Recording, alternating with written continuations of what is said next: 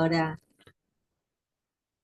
de la Facultad de Humanidades de la Universidad Nacional del Nordeste, directora del doctorado en Historia e integrante del NESEPS.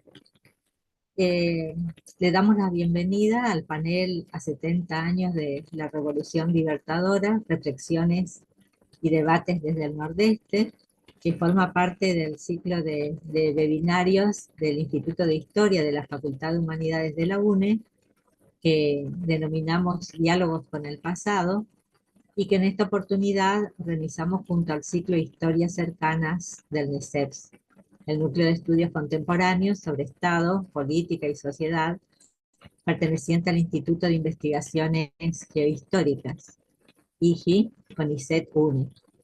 El núcleo este año está celebrando su 10º aniversario y este ciclo es parte de esa celebración. A este grupo pertenecemos las tres participantes del panel. Antes de presentar a las panelistas, le voy a dar la palabra a la directora del IGI, la doctora María Laura Salinas, si quiere dar un saludo.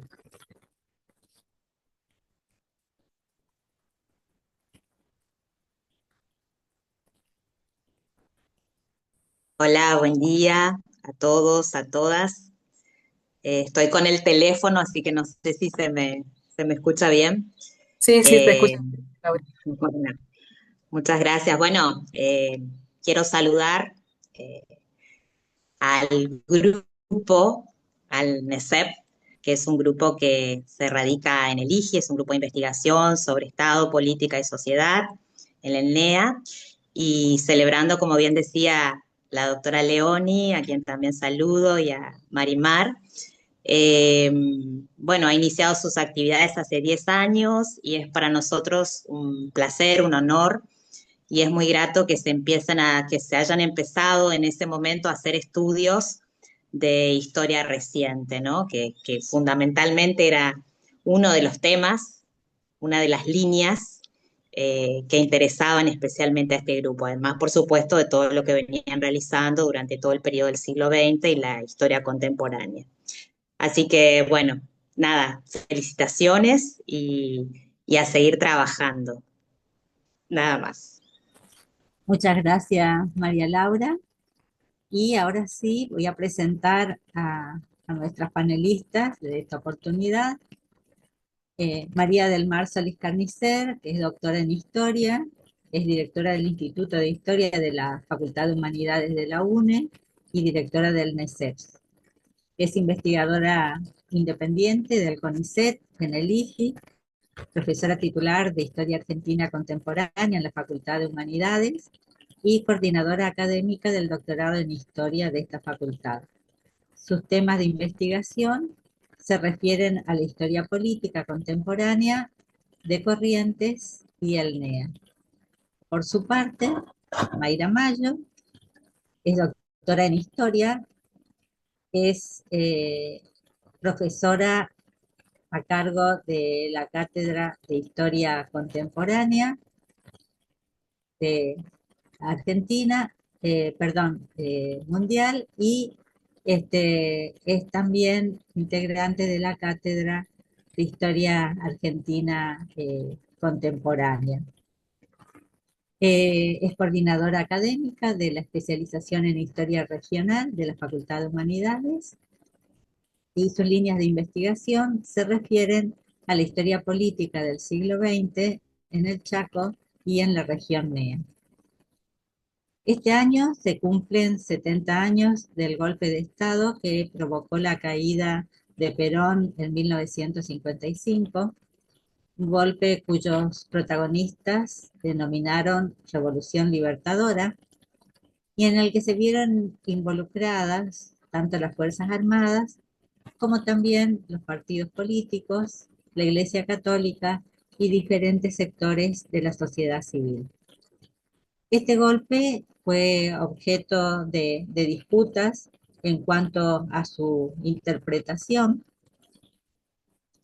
Eh, en cuanto a la forma de verlo y por lo tanto también de analizarlo.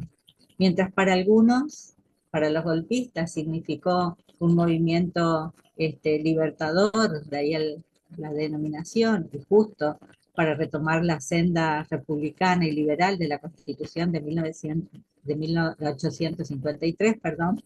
Para otros, en cambio, fue la ruptura de una forma constitucional legítima, válida, democrática y popular. Creo entonces que antes de iniciar las conversaciones, el diálogo y las reflexiones sobre este acontecimiento, vendría bien recordar algunos aspectos centrales de este proceso para ponernos en contexto. ¿Les parece, Marimar? Sí, sí, sí. Gracias María Silvia, gracias María Laura, por la presentación. Y sí, bueno, debemos recordar que la autodenominada Revolución Libertadora fue el tercer golpe de Estado en contra de un gobierno constitucional en la historia argentina del siglo XX. Se produjo el 16 de septiembre de 1955 y provocó la caída del gobierno de Juan Domingo Perón.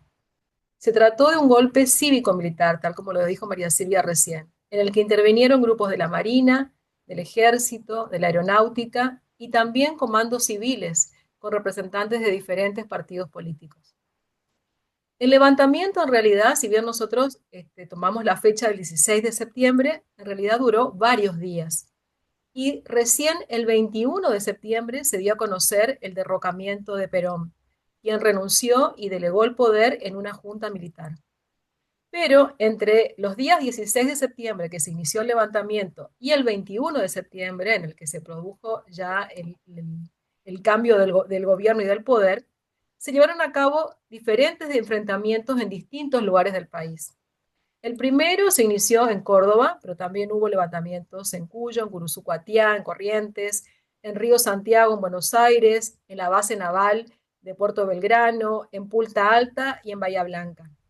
Y además, la flota de mar comandada por el contraalmirante Isaac Rojas bloqueó el litoral marítimo, bombardeó a la ciudad de Mar del Plata y luego envió un ultimátum a Perón amenazando con hacer estallar la refinería de la ciudad de La Plata y atacar así la capital. Ante esta situación, en la fragata 17 de octubre, con Rojas, Isaac Rojas como jefe victorioso, la junta militar en la que Perón había delegado momentáneamente el poder, firmó el fin de las hostilidades y luego esa misma junta aceptó la renuncia de Perón y se produjo entonces el cambio de autoridades del gobierno. Bueno, buen día. Gracias María Silvia por la presentación y gracias a todos por la asistencia. Si les parece, bueno, Marimar, compartimos una presentación nada más que a mero título ilustrativo para que vean un poco algunas cuestiones que fue mencionando Marimar. Ustedes me dirán si se puede ver. Ahí lo voy a maximizar.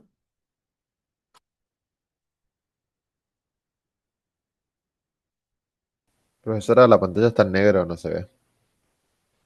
Ahí se ve, ahí se Sí, logra ver. está bien, se ve bien. Bueno, bueno, esta es la portada. Un poco algunas imágenes de lo que les venía contando también Marimar, la Plaza de Mayo colmada, ¿no? Ante esta asunción del general Lonardi. Y bueno, algunos de los titulares que fueron apareciendo también eh, sobre, ¿no? esta toma de posesión. Claramente, inmediatamente después del golpe, asumió como presidente provisional, como presidente de facto, el general Lonardi, Eduardo Lonardi, que pertenecía a un sector nacionalista católico del ejército, y bueno, y su vicepresidente fue bueno, contraalmirante Isaac Rojas, que les comentaba Marimar. Esta primera etapa de la Libertadora, de hecho, duró muy poco tiempo, solamente 2 meses, tras lo cual Leonardi, que había llevado una política bastante tolerante con el peronismo, en el sentido de que su objetivo, bajo el lema ni vencedores ni vencidos, había sido quitar de en medio, ¿no? del escenario político a Perón, pero manteniendo los derechos adquiridos por los trabajadores durante esos años. Esta política no pudo sostenerse porque, bueno, fue muy resistida en el seno de las Fuerzas Armadas. Y bueno, y tras la renuncia de Lonardi, asume finalmente Pedro Eugenio Aramburu, que provenía, bueno, de una línea liberal muy fuertemente antiperonista, quien va a gobernar junto a Rojas hasta 1958, que es el momento en que se produce el retorno institucional. Esta segunda etapa de la Libertadora fue, ¿no?, la más abiertamente antiperonista. Ese es un periodo en el que se llevó adelante lo que se conoció luego como la política de desperonización de la sociedad y que tuvo la persecución, por supuesto, al peronismo, su proscripción como partido, incluso, bueno, una serie de decretos que establecían, ¿no?, la prohibición de nombrar a Perón, al peronismo, a Eva Duarte y la utilización de todos los símbolos vinculados con el peronismo.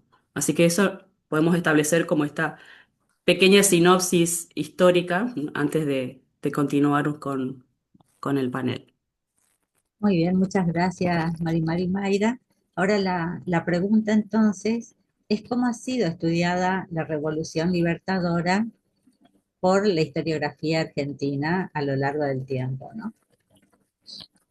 Y bueno, en primer lugar debemos decir que si comparamos la cantidad de trabajos que han estudiado a este periodo con los que analizaron la etapa peronista, vemos que el interés es muy inferior.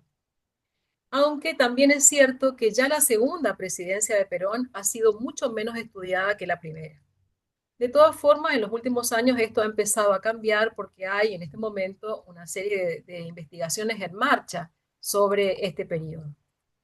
Los primeros intentos para dar explicaciones más generales sobre esta etapa después de la Revolución Libertadora van a provenir no de la historiografía, sino de la sociología y de la ciencia política. Los politólogos y los sociólogos encontraron en esta etapa el punto de partida para poder entender la inestabilidad de la política argentina de toda la segunda mitad del siglo XX. Según estas interpretaciones, que buscaron construir un modelo teórico explicativo más general, dicho proceso estuvo condicionado fundamentalmente por tres elementos. El primero, que mencionó recién Mayra, la proscripción del peronismo. El segundo, las frágiles alianzas de los partidos. Y el tercero, la interferencia militar. Todos estos factores surgen de la redefinición de las relaciones políticas que se dan durante los gobiernos de la Libertadora, que mencionó también Mayra. Primero Lonardi, muy breve, 2 meses, y luego el de Pedro Eugenio Aramburu. Y así entonces tenemos, bueno, algunas propuestas de interpretación de esta etapa. Por ejemplo, la que planteó el politólogo Guillermo O'Donnell, que calificó este periodo que se inicia con la Libertadora como el periodo del juego imposible. ¿Por qué juego imposible? Porque se planteaba la dificultad de ganar elecciones sin contar con el voto peronista, pero por otro lado, la dificultad de conservarse en el poder sin el apoyo del ejército, que a su vez proscribía al peronismo. Por otro lado, otro politólogo, Marcelo Cavarossi, identifica esta etapa como una etapa de semidemocracia. ¿Por qué? Porque si bien después de 1958 se vuelven a hacer elecciones, en realidad el peronismo va a estar proscripto y no puede participar. El partido que era mayoritario en ese momento en el país, y entonces de ahí el nombre de semidemocracia que va a poner Marcelo Cavarossi a esta etapa. Otro sociólogo, José Num, utiliza la metáfora del parlamentarismo negro. ¿Qué significa esto del parlamentarismo negro? Es el pensar que en esta etapa el ejercicio de la política en realidad se planteó más por fuera de los canales institucionales que dentro del mismo, dentro de las mismas instituciones. ¿Por qué? Bueno, porque el peronismo, el partido mayoritario, estaba fuera de esa posibilidad. Y Juan Carlos Portantiero, también otro sociólogo, utiliza la idea de un empate hegemónico. ¿Qué significa esta idea del empate hegemónico? Donde cada uno de los actores que participan en estos años tiene capacidad para bloquear los proyectos de sus adversarios, pero sin embargo no tienen la capacidad para poder realizar los propios. Y entonces esto da lugar a un empate que no permite, digamos, el avance de la política en este periodo de manera normal. Entonces, estas variables aportaron al conocimiento de la lógica interna del proceso de inestabilidad y el fracaso de la democracia argentina hasta la década de 1980, en la que se produce el retorno después de la última dictadura militar. Pero, sin embargo, estas explicaciones teóricas más generales no prestaron atención, por ejemplo, al papel que jugaron los individuos, a las razones esgrimidas por los actores, a sus imaginarios, a sus ideas, a sus sentimientos, sino que estas cuestiones empezaron a ser estudiadas por la historiografía, especialmente en los últimos años, a partir de los trabajos de Estela Spinelli, de Julio César Melón Pirro o de César Cach. Aunque también es necesario mencionar que desde la historiografía también contamos con otros trabajos pioneros, algunos de ellos más bien crónicas de acontecimientos, que sirvieron de base para otros análisis posteriores. Bueno, continuando con esto que planteaba Marimar, por supuesto que hay también algunas reconstrucciones historiográficas, ¿no? Que abordaron este periodo. Podemos a ir, justamente se ven, ¿no?, las portadas de algunos libros que han sido pioneros, ¿no?, como los de Félix Luna, en esa colección de Perón y su tiempo, El régimen exhausto, que habla de la última etapa del gobierno peronista. También de Isidoro Ruiz Moreno con los dos tomos de la Revolución del 55. El caso, bueno, de María Sáenz Quesada, la libertadora de Perón a Frondizi. Y bueno, y por supuesto trabajos ya muy conocidos, muy citados, como son los libros del historiador, bueno, norteamericano Robert Potash, El ejército y la política en la Argentina, y también el del politólogo francés Alain Rupier, ¿no? Militar y sociedad política en la Argentina. Eh, Sumamos a estos trabajos, estos tres que mencionaba Marimar, bueno, el trabajo de María Estela Spinelli, Los vencedores vencidos, el antiperonismo y la revolución libertadora, el de César Katz, de la revolución libertadora al Cordobazo, y el de Julio Melón Pirro, El peronismo después del peronismo. Por eso que son tres obras que han marcado claramente un camino en la historiografía y que, bueno, han sido también las bases en las que muchos de nosotros hemos seguido trabajando. En estos distintos trabajos, si uno mira desde los primeros hasta los últimos, lo que puede encontrar es un avance de abordajes y perspectivas tal vez más tradicionales, en la que se privilegió el relato de algunos acontecimientos políticos, hasta perspectivas más analíticas, ¿no?, que van incorporando conceptos y metodologías propias sobre todo de la renovación de la historia política en la Argentina, que, bueno, ocurre finalmente luego de la última dictadura, ¿no?, a partir del 83. Con respecto a estos tres libros, mencionar nada más los sugerentes que han sido para la historiografía, en el caso de Spinelli, porque reconstruye el gobierno de la Libertadora, echando luz sobre algo que es fundamental, que es, ¿no?, las enormes diferencias que se van a plantear en el arco heterogéneo del antiperonismo. De hecho, ella, bueno, establece una clasificación de, de estos grupos, ¿no?, en tres grupos fundamentales, que son el antiperonismo radicalizado, el antiperonismo optimista y el antiperonismo tolerante, en función también de las posiciones que estos grupos fueron teniendo frente al peronismo. En el caso de César Catch, bueno, él haciendo un poco eje, ¿no?, en foco en Córdoba, que bueno, ahí, como bien mencionábamos, estalla allí la Revolución Libertadora. Él indaga en los juegos de alianzas y en las oposiciones que se van a plantear en los diferentes sectores políticos de esta provincia, atendiendo sobre todo a las particularidades locales, a los enfrentamientos que se daban allí, que tenían tal vez otros orígenes, no solamente la cuestión del conflicto peronismo y antiperonismo.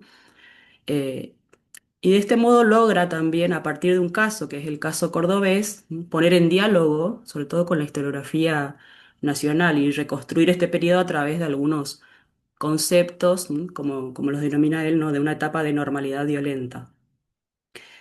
Y en el caso de Melón Pirro, bueno, él se va a concentrar sobre todo en el peronismo ya proscripto, o sea, el peronismo después del golpe, tratando de reconstruir las distintas formas en las que se manifestó y se organizó este sector, sobre todo luego de la caída de Perón, ¿no? También lo enmarcado dentro de lo que luego se va a conocer como la etapa de la resistencia peronista.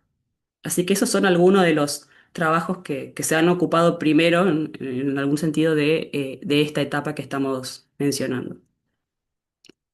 Bien, si ustedes tienen que hacer un balance de cuáles son las perspectivas actuales, las nuevas líneas de trabajo que están viendo que se desarrollan en la historiografía argentina hoy, ¿qué podrían decir? Sí, claramente en los últimos años han aparecido numerosos trabajos, y cada vez más, de historiadores que se propusieron reconstruir este proceso que se inaugura, ¿no? con la Revolución Libertadora, pero bueno, a partir también de formular nuevas preguntas y sobre todo de utilizar otras escalas. Me parece que eso es lo más novedoso de los nuevos trabajos, ¿no? de las últimas décadas. Y en este nuevo grupo de investigaciones van a primar, por supuesto, los enfoques provinciales, los enfoques regionales, los enfoques locales, el análisis de contextos situados. Se van a analizar también las dinámicas políticas y sociales de numerosos espacios, y bueno, y la trayectoria de los actores, en que me parece que también es algo muy potente en las últimas líneas de trabajo. Con respecto a las escalas, también se incorporaron, por supuesto, escalas más generales. De hecho, ahí ustedes ven una portada de un libro, el trabajo de Valeria Galván y de María Florencia Osuna, que realiza un análisis de la Libertadora en el contexto global de la Guerra Fría, que es algo también muy interesante para trabajar. En este caso, en el libro se indagan las relaciones, por supuesto, de la Argentina con el mundo bipolar, las relaciones con los actores locales y los organismos extranjeros, los diferentes debates e influencias mutuas que se dan, ¿no? entre la Argentina y el mundo en estos años, y bueno, y que también es una línea muy, muy fértil para seguir indagando. Otros avances que podemos ver en estos nuevos aportes de la historiografía es, bueno, obviamente utilizar nuevos objetos, nuevos problemas, este, seguir profundizando en la cuestión del antiperonismo, ¿m? La participación de los partidos políticos, me parece que es uno de los grandes temas. Sobre todo, bueno, ver un poco cuál es la trayectoria de los partidos del radicalismo, del socialismo, de la democracia cristiana, en todas estas etapas. Y bueno, y uno de los aspectos que también ha sido trabajado son las diferentes formas que va a asumir el proceso de desperonización en cada uno de estos espacios. Eh, por último, creo que es muy importante también el trabajo que han hecho los historiadores para reconstruir el funcionamiento de las instituciones que fueron creadas en el marco de la dictadura, de la Revolución Libertadora, como han sido, bueno, las comisiones investigadoras y las juntas consultivas. En el caso, bueno, de las comisiones, bueno, fue Silvana Ferreira quien ha trabajado con este tema, bueno, estas instituciones en las que se recababan las denuncias por irregularidades atribuidas al peronismo. Eh, y bueno, y Pablo Pizorno tal vez es uno de los últimos que ha empezado a trabajar con la otra institución, ¿no? La Junta Consultiva, en la que también participaban los partidos políticos asesorando al presidente y al vicepresidente de facto. Sí, yo, bueno, como para aportar algo más de lo que está diciendo Mayra y en relación a lo que dijo al inicio cuando estaba esta pregunta acerca de que la historiografía más reciente, sobre todo, avanzó a indagar sobre este tema en escalas más reducidas. Si bien han aparecido muchos trabajos en los últimos años sobre esto, todavía son bastante escasos, pero sí han mostrado las diferentes maneras en las que se planteó el conflicto político y las múltiples estrategias utilizadas tanto por los diferentes partidos políticos como los distintos actores para actuar en ese escenario marcado por la exclusión del peronismo y por la represión estatal. Se estudiaron, por ejemplo, en diferentes escalas el impacto del golpe, también el gobierno posterior, el gobierno militar posterior, también se estudiaron la represión y la exclusión del peronismo, y también el reordenamiento institucional a partir de la reforma a la Constitución Nacional en el año 1957. Y aquí, bueno, podemos mencionar algunos de los autores y trabajos que han indagado sobre este tema a nivel provincial, regional o local. Bueno, ya el caso de Córdoba, que bueno, el trabajo de César Kach es un poco pionero en estos trabajos en escalas más reducidas. Y más recientemente también tenemos trabajos, por ejemplo, para Jujuy, como, bueno, la tesis doctoral de Fernando Castillo. Para Mendoza tenemos algunos trabajos de Yamil Álvarez. Para el caso de Mar del Plata, trabajos de Agustín Nieto y también, bueno, de Silvana Ferreira, que también acaba de mencionar Mayra, para el estudio de las comisiones investigadoras. En el caso de Tucumán, tenemos trabajos, por ejemplo, de Leandro Lischmacher, que sobre todo indagó sobre el Partido Radical en esa provincia. También tenemos otros trabajos más a nivel más, de escalas más reducidas todavía, a nivel local, por ejemplo, los estudios sobre Río Cuarto, y ahí tenemos trabajos de Rebeca Camaño o de Griselda Pécora. Eh, También otros trabajos sobre la Patagonia, como por ejemplo, bueno, los trabajos muy importantes de Marta Ruffini, que estudió los casos de Río Negro y de Neuquén. También trabajos para Salta, ahí podemos mencionar los artículos de Correa y de Sergio Quintana, de Rubén Correa y Sergio Quintana. Y también para Chubut, bueno, tenemos trabajos de Aiza Bona y Juan Vilaboa. Es decir, que en los últimos años han empezado a aparecer publicaciones. La mayoría de estos trabajos son ponencias o artículos en revistas, es decir, no hay todavía demasiados libros, que hayan abordado estas temáticas en los espacios más reducidos, porque son trabajos que muchos de ellos están en desarrollo en este momento, pero claramente hay un avance importante en este sentido, sobre todo si lo comparamos hacia unos años para atrás. Muy bien, hasta ahora ustedes se han referido a los trabajos que tratan o que analizan el acontecimiento en sí del golpe del 55 y el gobierno posterior, ¿no?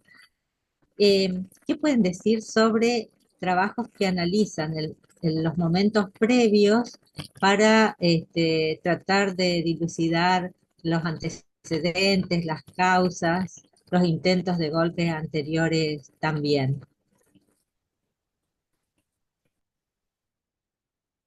Bueno, sin duda hoy ya no quedan dudas, valga la redundancia, de que el golpe del 55 constituyó sí, un hecho final y decisivo de varios años de intensos y de profundos conflictos, sobre todo en los sectores de la oposición y del gobierno peronista. Pero podríamos decir que en los últimos años recién han aparecido trabajos que empezaron a reconstruir más sistemáticamente ese recorrido previo, ¿no? Esos momentos previos. Y respecto a estos antecedentes que nos referimos, bueno, como bien decía, me refiero a los intentos de golpe y de asesinato del presidente Perón. Esto se ha empezado a trabajar a partir también de identificar algunos momentos o fechas claves en las que se va a advertir, ¿no? Que los opositores antiperonistas agudizaron su crítica, no solo su crítica, no sobre los mecanismos de control, el autoritarismo gubernamental de Perón, este, sino también en el momento en que se adoptan otras prácticas, ¿no? Las prácticas conspirativas o mecanismos extra institucionales para alejarlo del poder por la fuerza. Y en ese sentido, bueno, ya han sido señalados, por supuesto, hace varios años, ha empezado a trabajarse sobre todo reconstruyendo el intento golpista fallido de septiembre del 51, por ejemplo, que estuvo encabezado por el general Benjamín Menéndez, diversos complots que van a ver la luz, sobre todo, y que van a ser obviamente fallidos, como el caso del complot del coronel José Suárez, de febrero del 52, también el atentado de abril del 53, en la que van a haber muchos muertos y heridos, también recuerda un poco lo que después va a suceder en el 55. Es decir, distintos momentos donde ya se advierte, ¿no? El uso de la violencia, momentos de quiebre institucional y de impugnación al oficialismo que, bueno, que ya tenía una hegemonía insoslayable, ¿no? Sin duda los años 54 y 55 van a ser un momento de mayor polarización social y política. Acá el antiperonismo va a sumar el importante apoyo de los sectores católicos y nacionalistas. Entonces, bueno, tenemos Todavía pocos trabajos, pero hay algunos que ya han iluminado alguna parte del recorrido, como es el caso del libro de García Sebastiani, de Marcela García Sebastiani, que habla, bueno, que reconstruye un poco las prácticas del socialismo y del radicalismo en las primeras presidencias peronistas. Y también mucho más reciente los trabajos sugerentes de Pablo Pisorno, ¿no? Que han intentado también desentrañar el antiperonismo y su articulación como identidad opositora, sus redefiniciones y sus límites a lo largo de todos estos años. Sí, y respecto específicamente al bombardeo de la Plaza de Mayo el 16 de junio de 1955, que sería como el antecedente más inmediato, ¿verdad?, al golpe de septiembre del 55, este acontecimiento fue en realidad escasamente estudiado durante mucho tiempo. Quizás hasta podríamos decir que se ha invisibilizado las consecuencias que este hecho produjo en la escalada de violencia, así como también el impacto que tuvo este bombardeo por la responsabilidad que asumieron las Fuerzas Armadas y por las numerosas víctimas fatales que dejó este acontecimiento. Recién podríamos decir que en los últimos años han intentado plantearse algunas explicaciones más profundas y así, bueno, merecen citarse. Allí tienen ustedes en el Power unas imágenes de, bueno, la compilación que publicaron en el año 2016 Juan Besse y María Graciela Rodríguez, específicamente analizando este acontecimiento del 16 de junio del 55 y el bombardeo de la Plaza de Mayo, y un artículo más reciente del año 2023 de Mauricio McKinsey, que salió publicado en la revista Polis, donde estudia también, sobre todo, cómo se vio desde la prensa este bombardeo. Y en el año 2010, el Archivo Nacional de la Memoria publicó un documento con importante información inédita y relevante sobre este acontecimiento, que creo yo también sirvió de base para poner luz sobre algunos aspectos desconocidos y bueno, que han sido luego retomados por otros investigadores. Este bombardeo ocurrió apenas unos días más tarde de la procesión de Corpus Christi del 11 de junio de 1955, que se transformó en una gran movilización opositora. Se trató de un intento de golpe de Estado, claramente, liderado por la Marina, con apoyo de comandos civiles antiperonistas. ¿Cuál era el objetivo final de este levantamiento? Matar a Perón. Fue un hecho realmente terrible, dejó un saldo de cientos de civiles muertos y heridos. Contingentes peronistas que fueron convocados por la CGT en ese momento resistieron el levantamiento y atacaron la sede del Ministerio de Guerra, donde a su vez se dio un fuerte combate entre ambos bandos, con finalmente la rendición de los sublevados ante el ejército. Pero en medio de ese caos se asaltó e incendió a la curia, la catedral y varias iglesias del centro de Buenos Aires. Esta quema de iglesias, que es un acontecimiento bastante ampliamente conocido. Bueno, como consecuencia de toda esta situación, se impuso nuevamente el estado de sitio, se le encarga al ejército que investigue los hechos, se detienen a cientos de militantes de diferentes partidos políticos. Hay un caso que aparece permanentemente en la prensa por esos días, que fue la del médico y militante comunista rosarino Juan Ingalinella, que fue secuestrado, torturado y asesinado por la policía. Y los marinos que se habían implicado en este levantamiento fueron sometidos a un juicio militar y condenados.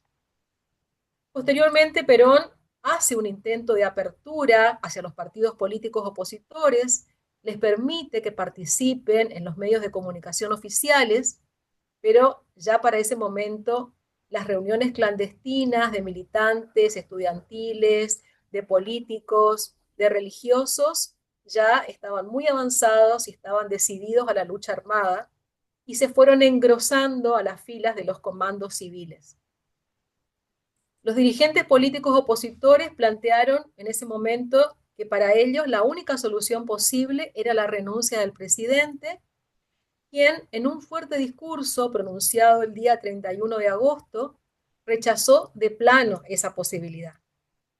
Ese es el discurso también bastante conocido, donde Perón dice esa frase: cuando uno de los nuestros caiga, caerán 5 de los de ellos, marcando claramente con esa idea un momento muy crítico para la política nacional, por una situación que claramente ya no tenía retorno. La conspiración cívico-militar estaba en marcha. Bien, ustedes han hecho referencia a distintos actores a la hora de analizar este proceso. Pero ¿cuáles son los actores que realmente han merecido estudio, han sido estudiados y cuáles por ahí todavía requieren más análisis o no han sido tan privilegiados por los historiadores? Bueno, ciertamente como mencionábamos al inicio, ¿no? de la charla, los actores que participaron en este golpe y en la Libertadora fueron varios, tanto militares como civiles. Además de las Fuerzas Armadas, estuvieron involucrados los partidos políticos, la Iglesia Católica, intelectuales, es decir, un grupo bastante heterogéneo, ¿no? de actores. Eh, y sin duda los que más fueron estudiados han sido los partidos políticos y la Iglesia Católica, según nuestra mirada que tenemos con Marimar. El rol cumplido por los partidos políticos ha sido una de las vías más exploradas porque es uno de los elementos propios de esta etapa que va a iniciar con la Libertadora fue justamente el carácter institucional que van a adquirir la participación de los partidos en las diferentes instituciones creadas por este régimen. Y en ese sentido, los historiadores han privilegiado, ¿no? analizar la experiencia de los partidos políticos, tanto en el contexto previo de la radicalización, como también en la participación de prácticas conspirativas. Y otro momento en que también han sido trabajados los partidos tiene que ver con el rol que ocuparon, bueno, que asumieron frente al golpe, y de luego ya en las intervenciones federales de las provincias. Eh, ¿Qué cuestiones han sido importantes en esta reconstrucción de los partidos políticos y la Libertadora? Y podemos decir que se ha incorporado al debate fundamentalmente la indagación de las redefiniciones, tanto frente al golpe como posteriores al golpe, los cambios en sus dirigencias, qué cambios en las estructuras partidarias vivieron en esta etapa, también los conflictos y los constantes fraccionamientos que se dan en este momento. Y bueno, y los partidos más estudiados van a ser el radicalismo, tanto su posicionamiento frente al golpe, que va a diferir en las diferentes líneas internas, como también los conflictos y divisiones posteriores, ya en el marco del gobierno de la Libertadora. También fueron analizados, bueno, el socialismo, con su posición frente al golpe y sus redefiniciones posteriores, los conservadores, su apoyo al golpe y su participación en prácticas conspirativas. También el Partido Demócrata Cristiano, que si bien era un partido de reciente creación en la Argentina, también va a participar apoyando al golpe. Aunque bueno, también en la etapa de la Libertadora va a sufrir una serie de redefiniciones y un acercamiento a las bases del peronismo. Y bueno, y algunos de los trabajos que conocemos para este tema tiene que ver, bueno, algunos de los ya citados, de Spinelli, de César Catch, también de Castillo para Jujuy, de Lichmacher para Tucumán, algunos aportes también incipientes de Camarero, de Torti para el Partido Socialista, y mucho menos podemos decir que han sido trabajados todavía el Partido Comunista y el propio Partido Peronista, que se hallaban proscriptos en esta etapa de la Libertadora. Pero más o menos ese es en general el panorama que hay sobre los partidos como actores más estudiados. Sí, y como dijo recién Mayra, además de los partidos políticos, el otro actor que también fue objeto de investigaciones va a ser la Iglesia Católica. Ya que, bueno, esta institución es una institución relevante de la sociedad argentina y que a fines de 1954 se va a pasar a la oposición. Y este es un tema muy interesante, ya que la Iglesia Católica había sido uno de los principales aliados del peronismo desde sus inicios. Entonces, el hecho de que esta institución tan importante, que había sido aliado del gobierno, se pase a la oposición, esto fortaleció muchísimo a esa oposición que claramente a partir de allí se van precipitando los acontecimientos. Y bueno, entre los historiadores que han indagado sobre el papel de la Iglesia Católica, podemos mencionar, bueno, los trabajos pioneros de Susana Bianchi y de Lila Caimari, también de Lori Sanata, que tempranamente van a interesarse por estudiar los rasgos de esta relación y fundamentalmente estos trabajos plantean una escala nacional. Más recientemente también, así como dijimos hoy que esta etapa está siendo estudiada en otras escalas, también la cuestión de la Iglesia Católica empezó a estudiarse desde escalas más reducidas. En este sentido, me parece que es importante que mencionemos aquí el trabajo de Lucía Santos Lepera para Tucumán, que estudió particularmente el enfrentamiento que se da en la iglesia en esa provincia. Y bueno, lo que surge de estas investigaciones es que muchas veces, particularmente el caso de Tucumán es un ejemplo de esto, el enfrentamiento que a nivel nacional fue tan importante entre la iglesia y el gobierno no tuvo la misma dimensión o la misma profundidad en espacios más reducidos. Y esto se debe fundamentalmente, bueno, justo al papel relevante de esta institución y a los estrechos vínculos que había eh, entre la iglesia y los gobiernos locales. Y por otro lado, el otro actor que también claramente es protagonista de este acontecimiento y que también fue objeto de investigaciones son las Fuerzas Armadas. Y aquí hay que decir algo, que si bien va a ser uno de los principales protagonistas del proceso, y no solamente del proceso particular de la Revolución Libertadora, sino podríamos decir que va a ser un actor clave de toda la política argentina del siglo XX, creemos que todavía no hay suficientes investigaciones que hayan indagado específicamente en las Fuerzas Armadas. Por supuesto, como hoy mencionó más temprano Mayra, están los dos libros clásicos de Potash y de Rouquier, que todavía siguen permanentemente visitados, citados en las investigaciones, pero también en los últimos años se está empezando a interesar la historiografía más reciente, con miradas renovadas, también sobre este actor, y aquí podemos citar el trabajo, por ejemplo, de Esteban Pontoriero, que se ocupa de estudiar la militarización de la seguridad interna en la Argentina, en un periodo de más larga duración, que va entre 1946 y 1983, a partir justamente del estudio de las Fuerzas Armadas y de los diferentes gobiernos que se fueron planteando durante estos años. Bien, Bueno, pero, perdón, iba a agregar nomás algo sobre el sí, sí, May. sindicalismo que está ahí, que bueno, agregamos dos obras con Marimar, bueno, una obra de Daniel James, Resistencia e Integración, y también de Alejandro Schneider, que analizan un poco cómo está el sindicalismo, la clase trabajadora posterior al 55, pero bueno, no es una vía tampoco que ha sido explorada en sí misma, es decir, estos trabajos avanzan sobre las siguientes etapas, ¿no? Ya a partir del 58, incluso la década del 60 y 70. Entonces, claramente pensar, ¿no? ¿Qué sucedió con el sindicalismo luego del golpe de Estado? Bueno, se fue intervenida la CGT y demás. Su proceso de reorganización en el marco de la Libertadora creemos que sigue siendo un terreno todavía para explorar, ¿no? En ese sentido, por eso agregamos también como uno de los actores, si bien no es de los más estudiados, pero nos parece que también tenemos que profundizar en esa cuestión en esta etapa, ¿no? En estos 3 años de la Libertadora. Bien, ustedes se han referido a la Libertadora a nivel nacional, hicieron referencia a trabajos sobre otros espacios, ¿no es cierto?, provinciales. Bueno, ¿qué pasa con los estudios sobre la Libertadora, sobre esa etapa en nuestra región, particularmente en Chaco, en Corrientes? ¿Qué se ha estado haciendo?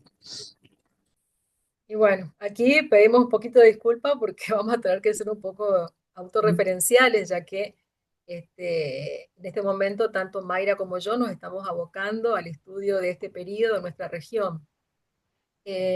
como en todo el país también, en Chaco y en Corrientes, se vivió este golpe de una manera muy cruda.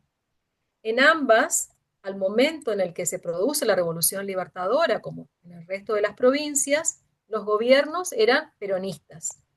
En el caso del Chaco, era una provincia recientemente organizada. Su gobernador era Felipe Gallardo, que había asumido en el año 1953, luego de la sanción de la Constitución Provincial. Y en el caso de Corrientes, gobernaba Bernardo Castillo, que fue el segundo gobernador peronista que tuvo la provincia y que había asumido en el año 1952. El caso de Corrientes, además, tiene una particularidad, ya que como mencioné hoy más al inicio, en Corrientes, en la provincia de Corrientes, se dio uno de los focos de este levantamiento de la Revolución Libertadora, el que se planteó en la ciudad de Curuzú-Cuatiá, que fue uno de los escenarios del golpe del 55. Pero también es particular el caso de Curuzú-Cuatiá porque en Curuzú el golpe resultó fallido para los golpistas.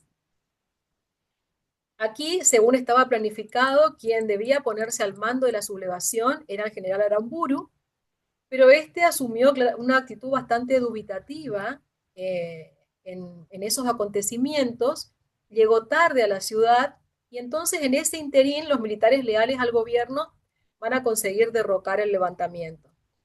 Existe una crónica bastante detallada de este acontecimiento que fue escrita por Rolando Hum, un contemporáneo de esos sucesos, que ustedes tienen ahí en la diapositiva una imagen de la tapa de su libro. Además, en Corrientes se da también una importante participación de los sectores civiles, ya que los partidos políticos opositores, especialmente el Partido Demócrata Nacional y también algunos sectores del radicalismo vinculados más al unionismo, van a participar de los comandos civiles que se organizaron para acompañar a este levantamiento militar.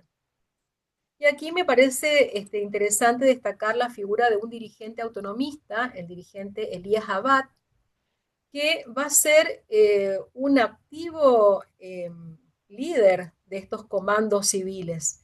Va a encabezar muchas de estas organizaciones. De hecho, Elías Abad estuvo preso muchas veces durante los distintos levantamientos o conspiraciones que se fueron descubriendo en la segunda etapa del gobierno peronista.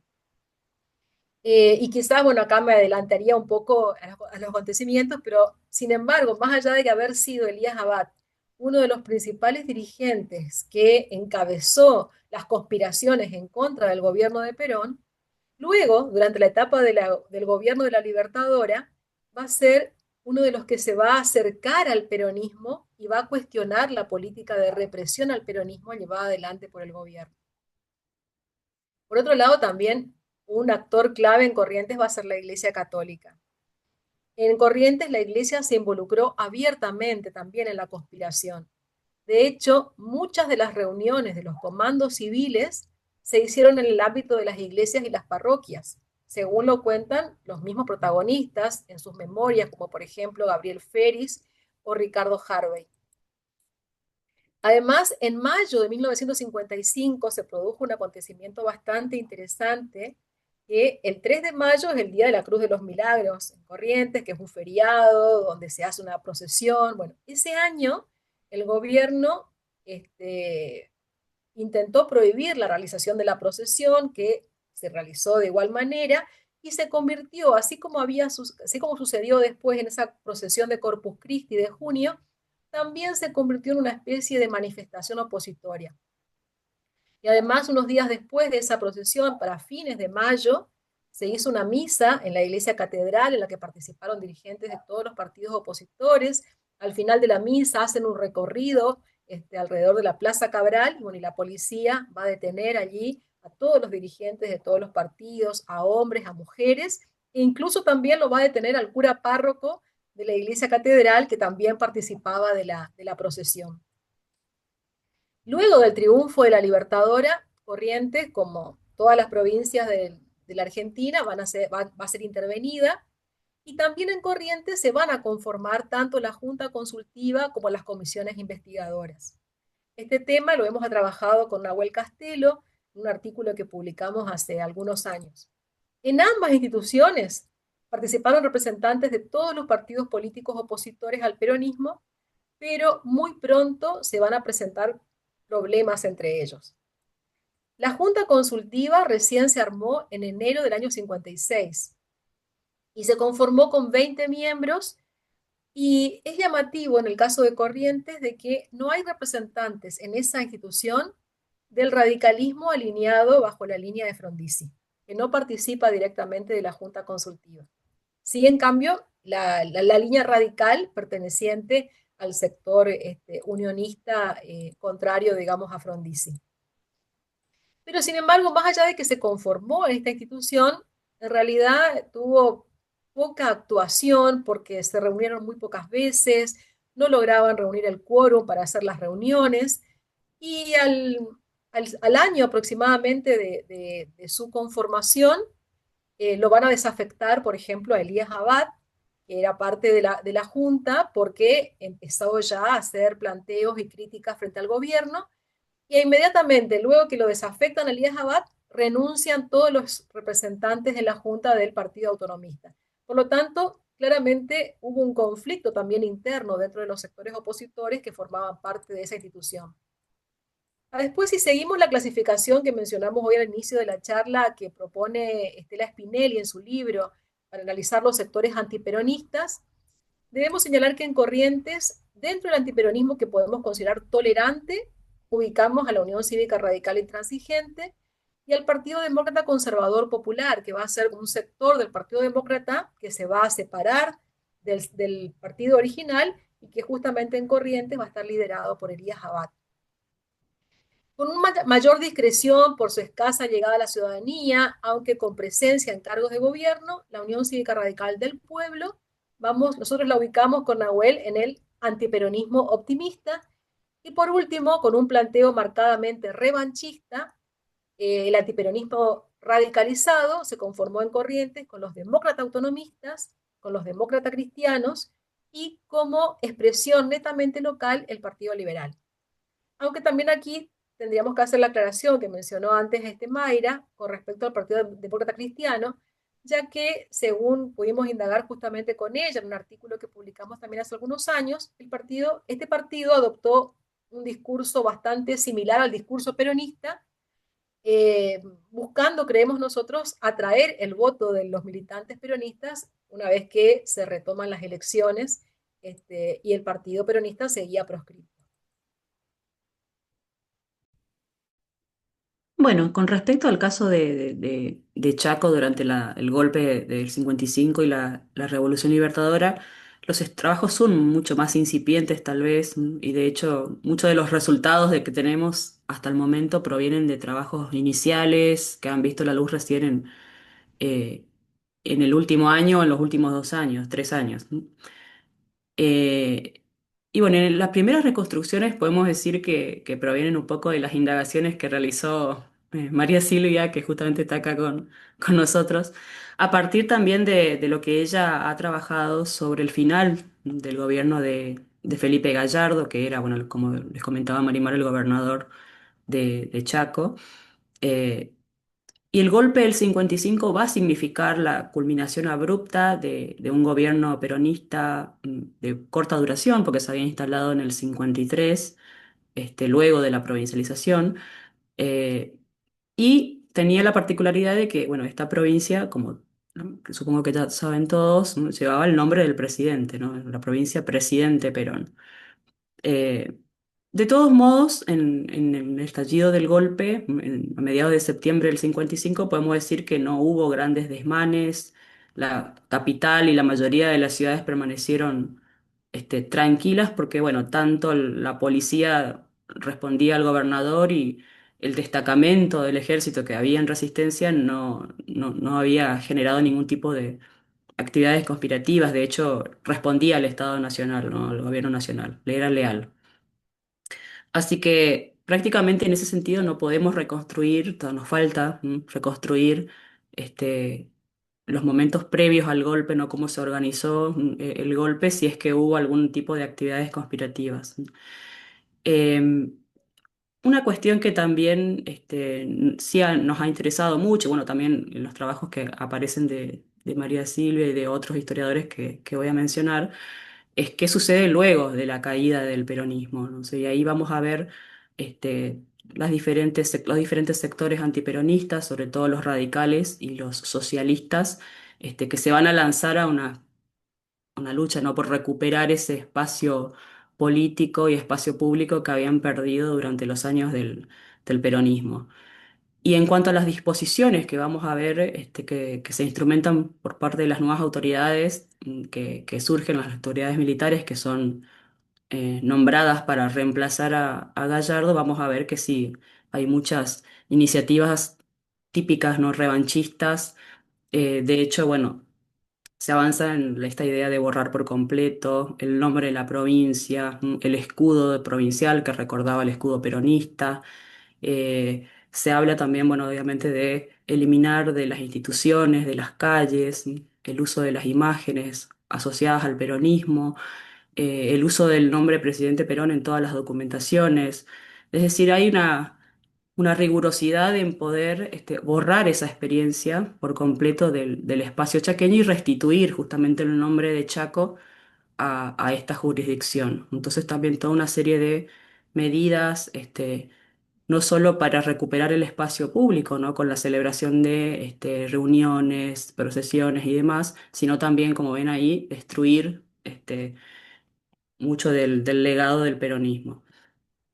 Otros trabajos que han comenzado también a indagar ya hace un par de años es el trabajo del historiador Julián Herrera, que bueno, él desde una mirada más crítica y obviamente enmarcada dentro de la militancia peronista, también focalizó en ese periodo de la Revolución Libertadora, de la proscripción al peronismo, de la represión al peronismo, sobre todo esta idea de que bueno, van a ser apresados, ¿no? Tanto el gobernador como el vicegobernador. Eh, y ya en los últimos años, o sea, podemos decir a menos de 5 años, ha empezado a trabajarse con los primeros meses de la Libertadora. En ese caso, los trabajos incipientes de Soledad Vega, de María Zurlo, también un trabajo más tradicional como el de Lina Nikolov, avanzaron tratando de reconstruir la vida política y sobre todo el rol de los partidos políticos antiperonistas en estos meses, ¿no? Por eso también ahí conocemos algunas cuestiones sobre el socialismo y sobre el radicalismo en Chaco. Por mi parte, recién a partir bueno, de los últimos años, hemos trabajado también con Anabela Barreto, joven historiadora, sobre la última etapa, ¿no? Del gobierno de Gallardo y los primeros meses de la Libertadora. Ese es un poco el recorrido, sobre todo el periodo de lo que denominamos la antesala al golpe, a partir también ¿no? de este clima de polarización que se va a dar en torno al año 54 y 55 y qué impacto va a tener en Chaco, donde vemos ya algunos elementos, ¿no? Diferenciadores, esto de la iglesia que tanto, bueno, las había mencionado también Marimar, de la iglesia pasada al bloque de la oposición. Eso es algo que no lo vamos a ver de manera clara en Chaco, porque bueno, tanto como había sucedido a nivel nacional, en Chaco también la Iglesia Católica había construido unos vínculos muy, muy sólidos, con el peronismo, entonces no vamos a ver esta escalada de violencia o la Iglesia poniéndose a la cabeza de la oposición. Sí, también una de las vías que nos pareció interesantes y para empezar a trabajar de manera conjunta con Marimar es la perspectiva comparativa. De hecho, también las dos hemos analizado, ¿no? Qué rol cumplieron estos partidos políticos en las comisiones investigadoras y en la Junta Consultiva. Así que esa eh, es una de las tareas en realidad en las que estamos enfrascadas ambas, tratando de reconstruir estos primeros meses de la Libertadora, mirando los dos espacios. Por eso también mencionamos esto de la comparación, ver qué elementos hay en común y qué elementos son diferenciados. Y tenemos varios desafíos por delante, de hecho. Primero, entender que, bueno, si bien todos los partidos políticos antiperonistas van a participar apoyando al golpe y en las instituciones que se fueron creando, no todos lo van a hacer con la misma intensidad. Es decir, ni también, como les decía Marimar, van a permanecer el mismo tiempo en ellas. Entonces, eso es uno de los aspectos que intentamos o estamos trabajando para reconstruir. Otra de las cuestiones es que si bien estos partidos que fuimos mencionando se van a mostrar colaboradores con la dictadura libertadora, no podemos decir que no hayan surgido conflictos al interior de estos partidos frente a diferentes momentos de la Libertadora, sobre todo cuando se recrudece la represión, o la política de desperonización. Ahí sí vamos a ver algunos alejamientos, algunos distanciamientos de estos partidos. Y otra cuestión que también nos parece interesante y también lo planteamos como un desafío para abordar en los dos espacios es ver qué crisis atravesaron estos partidos. O sea, justamente hablamos del radicalismo con su división interna que se da en el marco de la Libertadora. Entonces, bueno, ver qué impacto tiene esa división, que es muy conocida a nivel nacional, en cada uno de estos dos espacios. Así que nuestra vía de abordaje ha sido analizar, o está siendo, ¿no? Analizar actualmente el papel comparado de los partidos políticos en estos primeros meses de la Revolución Libertadora en Chaco y en Corrientes. Entonces nos queda ahí también seguir explorando sobre las otras cuestiones que también son relevantes para esta etapa. Muy bien. Para finalizar esta parte del panel, una última pregunta de mi parte. Si brevemente me pueden comentar cuáles son las fuentes con las que se ha trabajado, con las que se cuenta para poder abordar esta etapa. Bueno, además de las fuentes clásicas, como bueno, son los periódicos, las revistas, son todo lo que es la prensa, que también sigue siendo importante para nuestro trabajo, al igual que la documentación oficial, bueno, como los boletines, las memorias de las intervenciones federales de estas gobernaciones, eh, que bueno, mucha de esta información va a estar localizada en los archivos históricos de las provincias. También existen fuentes específicas de este periodo que bueno, pues fueron producidas por los protagonistas. Vamos a ver, por ejemplo, los informes de las comisiones investigadoras, que esas están en el Archivo General de la Nación. Hay una comisión para cada una de las provincias, además de la Comisión Nacional. Eh, las actas de las juntas consultivas que están en la Biblioteca del Congreso de la Nación, bueno, el fondo Frondizi que está en la Biblioteca Nacional, y otros fondos como, por ejemplo, ahí vemos algunas de las portadas, el fondo Isaac Rojas, que se encuentra en el archivo del Ministerio de Defensa, que tiene una serie de colecciones que se pueden encontrar online, algunos documentos. Y bueno, y el sitio web AGN Bicentenario, que también tiene no mucho, pero sí hay material fílmico, sonoro, sobre algunos discursos, ¿no? Algunas visitas que va a realizar, por ejemplo, Aramburu a la región en este periodo. Sí, bueno, mucha de esta documentación que mencionó Mayra, sobre todo aquella que nosotros hemos relevado, también está disponible en nuestro archivo digital, el archivo digital que tenemos en el NESEPS, porque bueno, allí nosotros hemos dejado todos los materiales que digitalizamos a lo largo de nuestras investigaciones. Entonces, por ejemplo, sobre este periodo y estas fuentes que acaba de mencionar Mayra en nuestro archivo digital, tenemos, por ejemplo, periódicos, ya sea de Chaco como de Corrientes. También tenemos completas todas las cajas de todos los expedientes de las comisiones investigadoras de las dos provincias, de Chaco y de Corrientes. También tenemos algunas entrevistas que realizamos a algunos protagonistas, como a Castelo o a Leconte. Y también me parece que son muy interesantes y nos han servido muchísimo en las reconstrucciones que estamos realizando sobre esta etapa, las memorias de los protagonistas, porque hay varias. Bueno, yo mencioné hoy más temprano el caso de Gabriel Feris, para el caso de Corrientes, también están las de Melitón Aguirre, que era, bueno, un dirigente peronista, intendente de Mercedes cuando se produce el golpe. También las publicaciones que está sacando desde hace algunos años Ricardo Leconte con distintas memorias de su actuación en estos años. Y para el caso del Chaco, me parece que también son muy importantes las memorias de Felipe Gallardo, que bueno, que también el año pasado hemos publicado una colección que coordinó Mayra y también las de Adán Pedrini.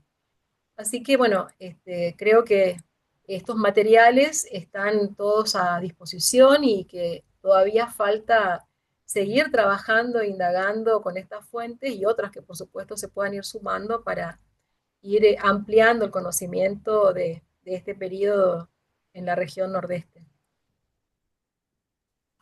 Bueno, muchas gracias, Marimar, Mayra. Ahora vamos a pasar a una instancia de dejar abierto el espacio para las preguntas. Pueden hacerla levantando la mano y les voy dando la palabra, o también pueden hacerlo a través del chat. Vamos a ir juntando las preguntas para que ellas puedan responderlas.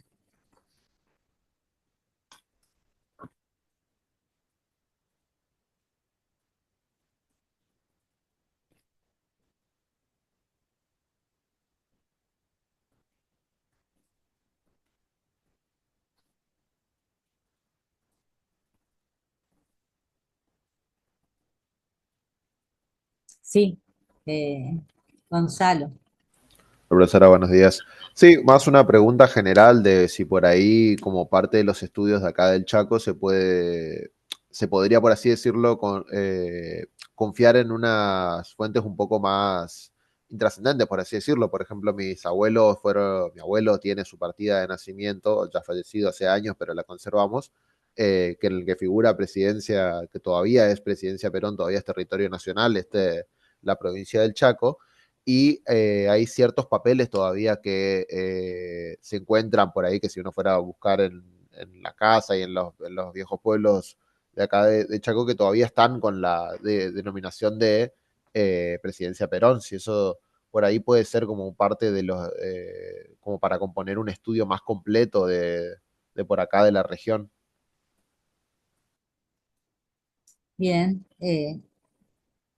otra pregunta.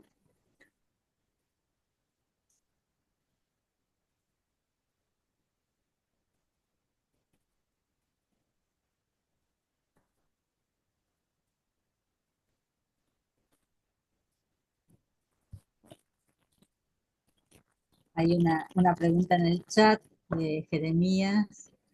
¿Cuál fue la postura de los sectores económicos, la asociación empresarial, la sociedad rural, entre otras? Y también si se está estudiando el efecto de las reformas que se imponen al sistema científico nacional post-golpe.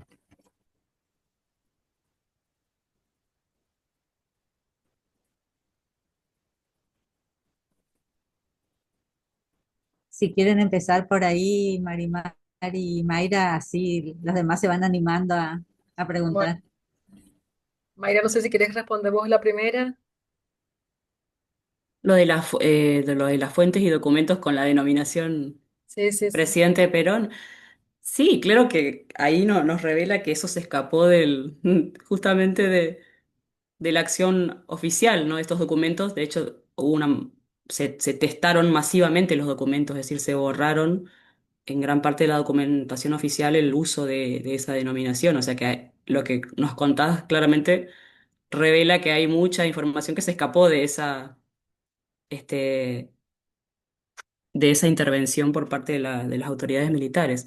Sí, creo que todos los documentos, de hecho, sería lo que queda claro es lo incipiente que todavía están las investigaciones sobre la Revolución Libertadora en Chaco, así que es bienvenido todo tipo de información, de documentación que se pueda recabar.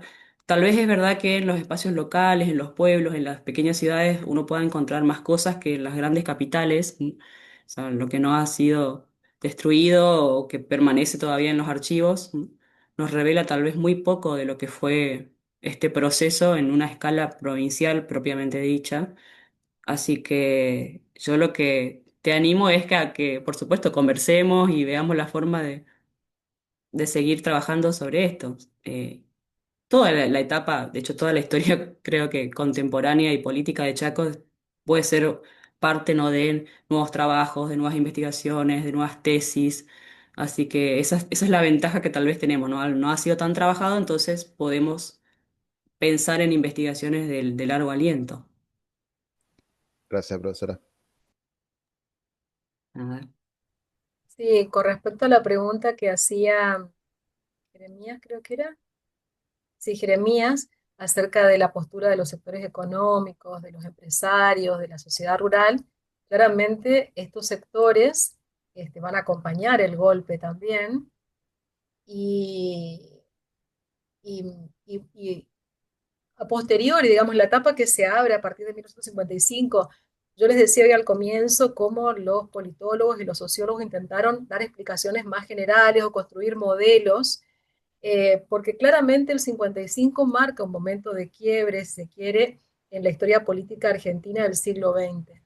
Eh, la política argentina en la segunda mitad del siglo XX eh, va a estar, va a tener una herencia muy fuerte de lo que fue este golpe del 55.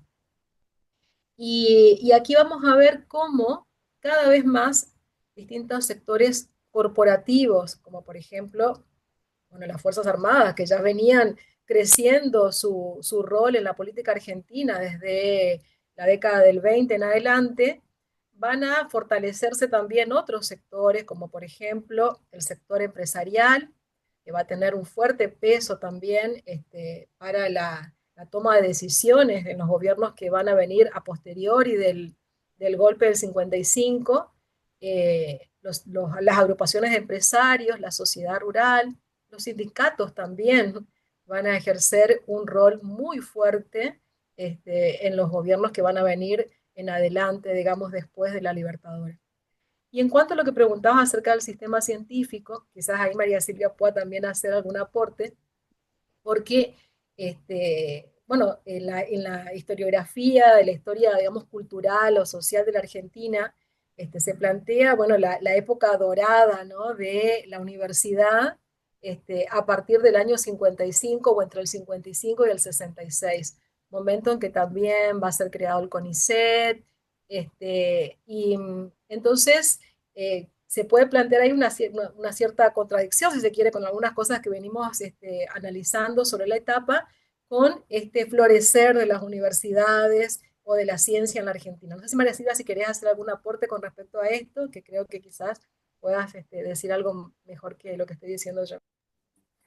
No, indudablemente es así, ¿no es cierto? Entonces se considera que entre el 55 y el 66, bueno, el 66 ahí es la crisis, ¿no es cierto?, del sistema universitario y científico a partir del golpe del 66, pero en esa década sí hay un desarrollo importante y sostenido de lo que es la actividad universitaria, el desarrollo de las distintas ciencias y el fortalecimiento, ¿no es cierto?, de todo el sistema científico, que eso entrará en crisis a partir del 66, ¿no? Del golpe del 66. Sí, quería acotar ahí que, bueno, en ese contexto de la Libertadora se crea nuestra universidad, de hecho. También es un momento de mucho debate intelectual que surge en torno a eso, ¿no? La necesidad de construir una universidad regional con sede en Chaco y Corrientes. En este marco también nos parece sugerente como una vía también para seguir indagando. Y después otra cuestión es que también, al menos en lo que recuerdo de lo que va apareciendo con respecto a las universidades, es este debate, ¿no? Que ya asoma entre las universidades, la habilitación, ¿no? De las universidades privadas, ¿sí? Y las universidades públicas, ¿no? Los procesos de intervención que va a realizar la Libertadora en ese contexto. Uno de los puntos, ¿no? Sobre todo, que genera tensión en algunos de los partidos políticos, ¿no? Que también defienden, por supuesto, una universidad que funciona de manera autónoma y demás, ¿no?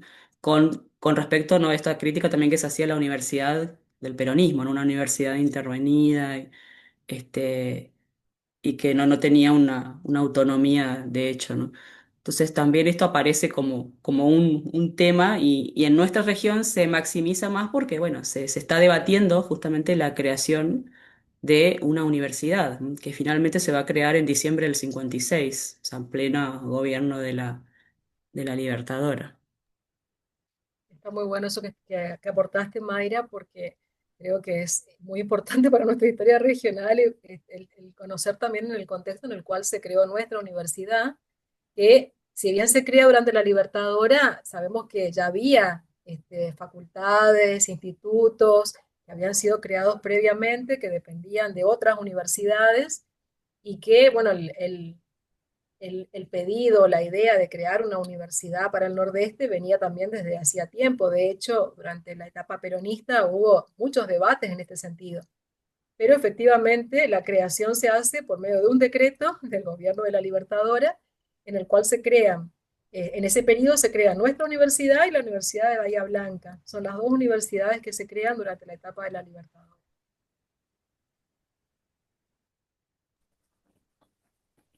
Bien, hay otras preguntas que están en el chat. Dice, con lo estudiado hasta ahora en Chaco, ¿cuáles son las principales diferencias que van notando entre las dos provincias? Después, otra pregunta de Liliana. Dice, ¿hubo alguna reacción de los movimientos sociales? Creo que se refiere al golpe. Y aquí dos aportes, dice desde escalas locales, Villa Ángela y Samuy. La primera sobre el primer militar caído por los ataques, bombardeos a Plaza de Mayo y Casa Rosada. El granadero Drasit, de 20 años, estaba defendiendo las escaleras y es considerado el primer leal caído defendiendo a Presidencia. Y la segunda sobre la campana de la escuelita de Samuy, que hicieron dos trabajadores de la fábrica cuando luego de la revolución fueron a retirar el busto de Vita en la escuelita. Los trabajadores de la fundición escondieron el busto para que no se lo lleven, luego lo derritieron y con el metal hicieron la campana de la escuelita que suena hasta el día de hoy. En el caso de Drasich, que era villangelense. Bueno, muy buen Bien, dato es. sí, la verdad que un dato interesante. Con respecto al tema de la reacción por parte de movimientos sociales, bueno, o sea, el concepto movimiento social es más reciente, ¿no? Pero tomémoslo como algún tipo de movimiento en contra del golpe, ¿no? Por parte de la sociedad o de distintas agrupaciones de la sociedad. Es llamativo, por ejemplo, que a diferencia de lo que sucedió en junio del 55, cuando se produce el bombardeo a Plaza de Mayo, donde la CGT manda a organizar y de hecho se enfrenta con los golpistas. En este caso, el mismo Perón manda no responder Ujú. y eso es llamativo porque realmente no salieron ni los sindicatos, ni la CGT, ni en Buenos Aires, ni tampoco hemos encontrado nosotros ningún tipo de manifestación a favor del gobierno por parte, por ejemplo, de los sindicatos o de la CGT en Corrientes o en Chaco. Y Sí. esto claramente es un dato como para tenerlo en cuenta, para entender un poco el marco, el contexto en el cual se dio esta situación. Y en el caso, por ejemplo, de Corrientes, bueno, va a renunciar al gobernador, va a asumir el jefe del regimiento, el regimiento 9, va a ser detenido el gobernador. Bueno, hay ahí una serie de cuestiones de que, qué sucede, que si se escapa, qué sé yo. Bueno, van a ser detenidos muchos de los dirigentes del peronismo, pero claramente no hay una movilización, digamos, en favor del gobierno de Perón, sino que eh, se siguió, digamos, un poco la directiva del mismo Perón de no responder al levantamiento. Sí, iba a agregar que con respecto a Chaco, hay un testimonio, digamos, que está como esta idea de un poco de los mitos y los rumores que surgieron de que la CGT en Chaco sí se había empezado a organizar y a copiar armas para defender al gobierno provincial. Pero, digamos, más allá de esos rumores o de esas cuestiones que aparecen en algunos actores, es muy difícil con la fuente que tenemos poder discernir, ¿no? El grado de organización, que tuvieron estos sectores. Lo que vamos a ver en general es eso, ¿no? Una CGT que está a la expectativa, ¿no? Sobre todo en los primeros días donde no se sabía cuál era el resultado de estos levantamientos bueno, que van a derivar finalmente en el exilio de Perón, la renuncia del exilio de Perón, pero en esos primeros días de enfrentamientos, supuestamente en Chaco lo que se dice es que se organizó alguna serie de acciones para combatir en el caso de que se diera la orden para hacerlo, pero no hemos encontrado todavía fuentes que puedan confirmar esa aseveración. Entonces, nos quedamos un poco más que nada con la anécdota y el rumor de lo que dicen algunos actores, ¿no? Eh, no sé si había otra cuestión de las diferencias entre Chaco y Corrientes. Bueno, ese es el gran desafío en el que estamos inmersas con Marimar, de tratar de dilucidar qué fue, cómo fue la revolución en las dos provincias.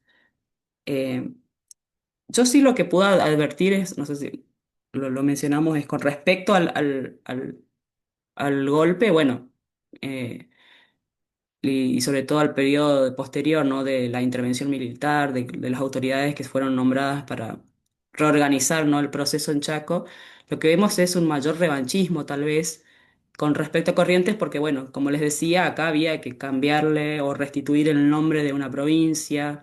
eh, que aparecía en todos lados, ¿no? O sea, en todos los edificios, se habían cambiado nombre de calles, nombre de departamentos, inclusive, ¿no? De la provincia que tenían un nombre asociado al peronismo, así que ahí la primera tarea fue eso, ¿no? Restituir los nombres, ¿no? De calles, monumentos, departamentos. Y El obviamente el nombre de escudo. el escudo, claro. Entonces, hay toda una primera etapa caracterizada por eso, ¿no? Por una restitución de lo que era el verdadero Chaco, ¿no? La verdadera provincia. Entonces, muchas de las medidas van en ese sentido. eh, que bueno, en el caso de Corrientes no había que restituirle un nombre porque la provincia, digamos, siguió teniendo la misma denominación.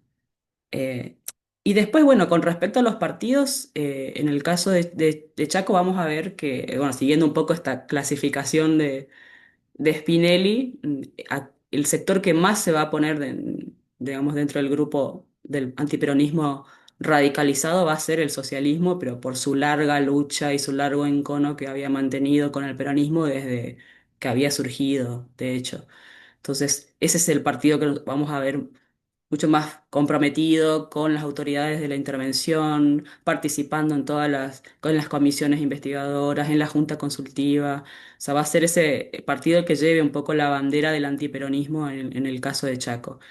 Y en el caso de la UCR también, por supuesto que apoyó el golpe y participó en estas instituciones, pero su sus propias líneas internas, ¿no? Estos sectores que tal vez reconocían algo del legado social del peronismo, bueno, ya se va a tornar desde el primer momento en un problema, ¿no? Para conciliar ambas tendencias frente a la Libertadora.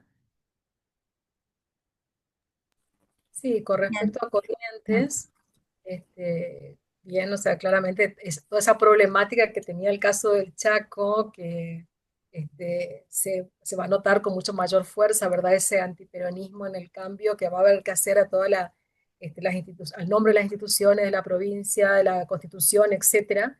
En el caso de Corrientes, eso claramente no se ve. Además también, bueno, ahí hay que tener en cuenta también una mirada más de larga duración y entender también las características de la propia política de la provincia de Corrientes, una provincia marcada fuertemente por los partidos conservadores, y que el mismo peronismo correntino va a también tener rasgos muy cercanos a esa cultura política provincial. De hecho, ustedes saben que la provincia de Corrientes fue la única en la que el peronismo no triunfa en las elecciones de 1946 y recién va a conseguir llegar al poder después de una intervención federal en las elecciones de 1948, cuando el mismo peronismo va a tener que hacer algunos acuerdos y alianzas con sectores del conservadurismo de Corrientes, y va a tener también entonces ese peronismo, ese primer peronismo provincial, algunos rasgos conservadores. Entonces, creo que también hay que entender las características, los rasgos de la política provincial para ver, bueno, qué sucede después del 55, después de la caída del peronismo. Y como les decía hoy, eh, vamos a tener también allí los distintos sectores y claramente los sectores menos antiperonistas de los partidos políticos que van a actuar en Corrientes van a ser, por un lado, el sector radical liderado por Frondizi a nivel nacional, y el sector del Partido Demócrata Conservador Popular, que va a estar liderado en Corrientes por Elías Abad, que llamativamente había sido uno de los dirigentes que más trabajó para la caída del gobierno peronista, pero que después, durante la Libertadora, va a cambiar su posición y se va a acercar hacia el peronismo. Sí, y hay que pensar también que en el caso del Chaco, para marcar las diferencias, toda la estructura de la provincia se organiza bajo el peronismo. Entonces también es un proceso más complejo en ese proceso de desperonización, de desarmar esa estructura provincial, porque se creó de cero bajo el peronismo. Entonces, claro, son dos realidades distintas en ese sentido, ¿no? Hay, bueno, unas preguntas más, si les parece, como para cerrar, hacemos eh, una, ¿cuáles fueron los principales desafíos metodológicos con que se han encontrado a la hora de investigar sobre el tema y cómo han manejado las tensiones entre las posturas ideológicas? Bueno, el problema de las tensiones para toda la historia reciente lo tenemos para cualquier etapa, pero bueno, les dejo ahora que contesten ustedes. Después preguntan también en qué zona del Chaco fue mayor el apoyo al golpe. Y finalmente, si hay hipótesis de por qué Perón decide no resistir, si tenía posibilidad de hacerlo, circula como sentido común que Perón intentó evitar profundizar los enfrentamientos que llevarían a una guerra civil, con una escala mayor a la que ya se estaba suscitando. ¿Fue así?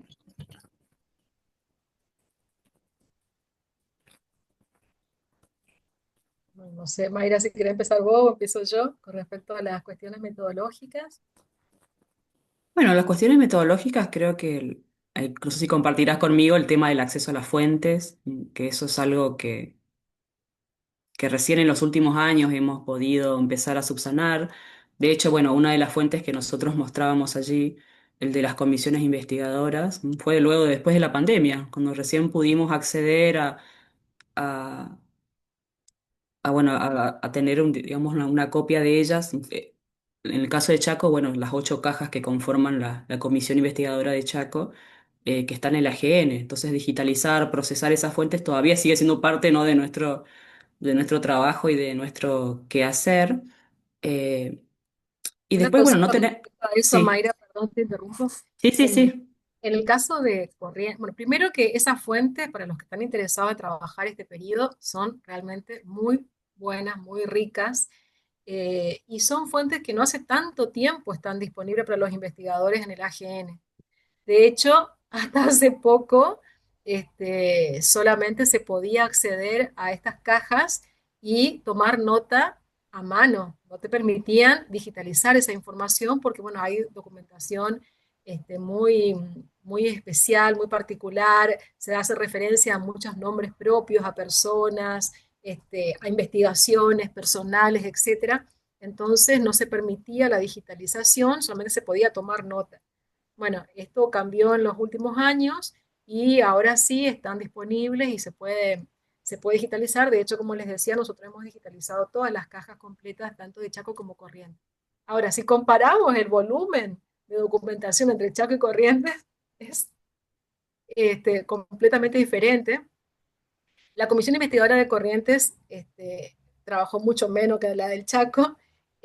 Son muchas menos cajas, hay muchísima menos documentación e incluso los expedientes de las investigaciones son a veces muy escuetos los informes que aparecen en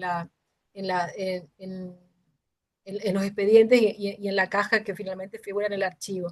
Entonces, si comparamos, digamos, el volumen y el contenido de la información, tiene que ver también con la forma de trabajo de estas instituciones en cada una de las dos provincias y también con esto que mencionaban María Silvia y Mayra, de la particularidad que va a tener el caso, ¿verdad?, de Chaco.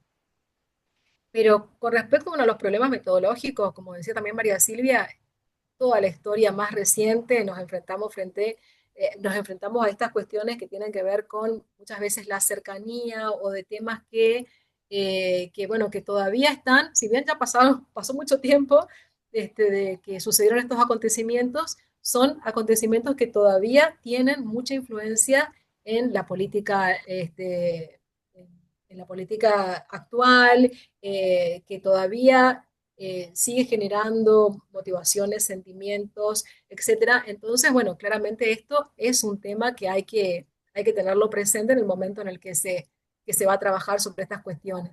Pero bueno, claramente allí, como en cualquier otro tipo de trabajo de investigación que hacemos desde la historia, desde la historiografía profesional, para eso están, ¿verdad? Las herramientas que nos ofrece el trabajo académico, el planteamiento de un proyecto de investigación con sus preguntas, con sus objetivos, con los pasos que nos ofrece y que nos facilita el método histórico, o sea, ateniéndonos un poco a esas cuestiones, claramente eso nos ayuda a poder trabajar de un modo este, eh, más riguroso. Y Y después por estas supuesto, estrategias también claro, que pensamos de la comparación, una forma de trabajar en equipos, que es algo que bueno, nosotros pregonamos. de esa forma, sí. Sí, perdón, Mayra, que te interrumpí. No, no, está bien, perdón, yo te interrumpí. No, decía que también una forma de salvar algunas dificultades es eso, ¿no? Pensar en conformar equipos de trabajo, eh, pensar preguntas comunes, pensar en nuestros espacios en relación, teniendo en cuenta que Chaco y Corriente, más allá de sus diferencias, son espacios cercanos y que tienen, digamos, relaciones culturales, sociales, entonces, y políticas. Bueno, por ahí, bueno, ampliar el rango de preguntas, ¿no? El espacio, me parece que también es una forma que tuvimos para resolver todas estas dificultades que se nos van atravesando, ¿no? A la hora de pensar los temas. Esto de que, bueno, son temas también recientemente trabajados por los historiadores o por la academia, entonces claramente nos faltan más trabajos, más gente que quiera seguir accediendo a esas fuentes, haciéndose preguntas. O sea, es un poco así como se va construyendo. Pero bueno, a partir de una buena base que son estos trabajos que a nivel nacional y de otras provincias han indagado en este periodo. Y también someterse permanentemente, como lo hacemos nosotros, a, este, al, a la mirada de los colegas para que, bueno, que también, o sea, puedan evaluar los aportes que vamos haciendo nosotros con nuestras investigaciones. Entonces, bueno, presentando los avances en congresos donde podamos recibir comentarios, sugerencias, críticas. También, bueno, por supuesto, mandando nuestros trabajos a las revistas para que sean evaluadas y, bueno, recibir una devolución por parte de los evaluadores de la revista, o sea, las formas que tiene también el trabajo académico científico como para poder ir delineando un trabajo serio como es el que hacemos nosotros desde nuestros equipos de investigación. No sé si quedó algo más ahí.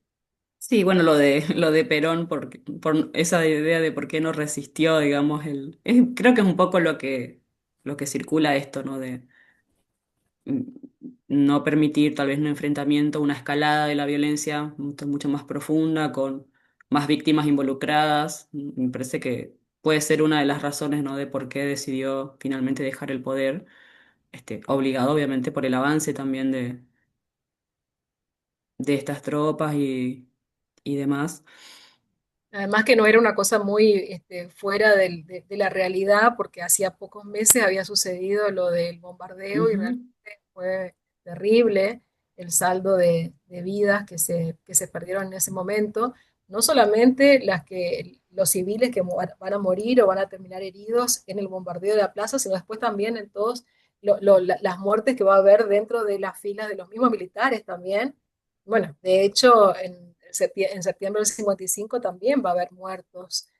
Bueno, uno mencionó ahí, un colega en el comentario, en el caso de Cursucatia también, muere un conscripto.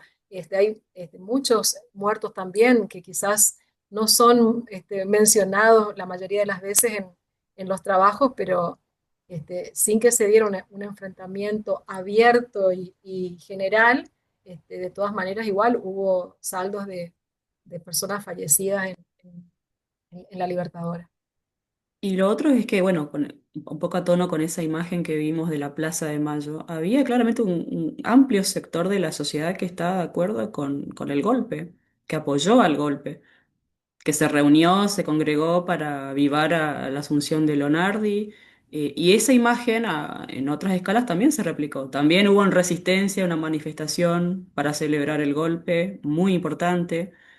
Y bueno, y también en Corrientes, o sea, Corrientes la también. sociedad estaba dividida, la sociedad estaba completamente dividida, entonces, eh, y eso lo vamos a ver en esto, ¿no? En estas imágenes que aparecen de los mismos espacios que había ocupado el peronismo para congregarse, bueno, ocupados ahora por los antiperonistas. Bueno, Una cuestión simplemente para al final decir que me parece que es interesante, que tiene que ver con esto que acaba de decir Mayra, que Waldo Ansaldi, bueno, un historiador que también ha trabajado en la historia reciente y estas cuestiones, él cuando analiza el gobierno de la Libertadora plantea que cuando se dice, por ejemplo, de las dictaduras cívico-militares, y se habla fundamentalmente de la última dictadura, sí, bueno, claramente hubo participación civil, eso está claramente, es evidente con todas las investigaciones que se conocen sobre esa etapa, pero él considera que la verdadera dictadura cívico-militar fue justamente esta dictadura que se produce después del golpe de la Libertadora. ¿Y a qué le atribuye Waldo Ansaldi esta idea o este concepto?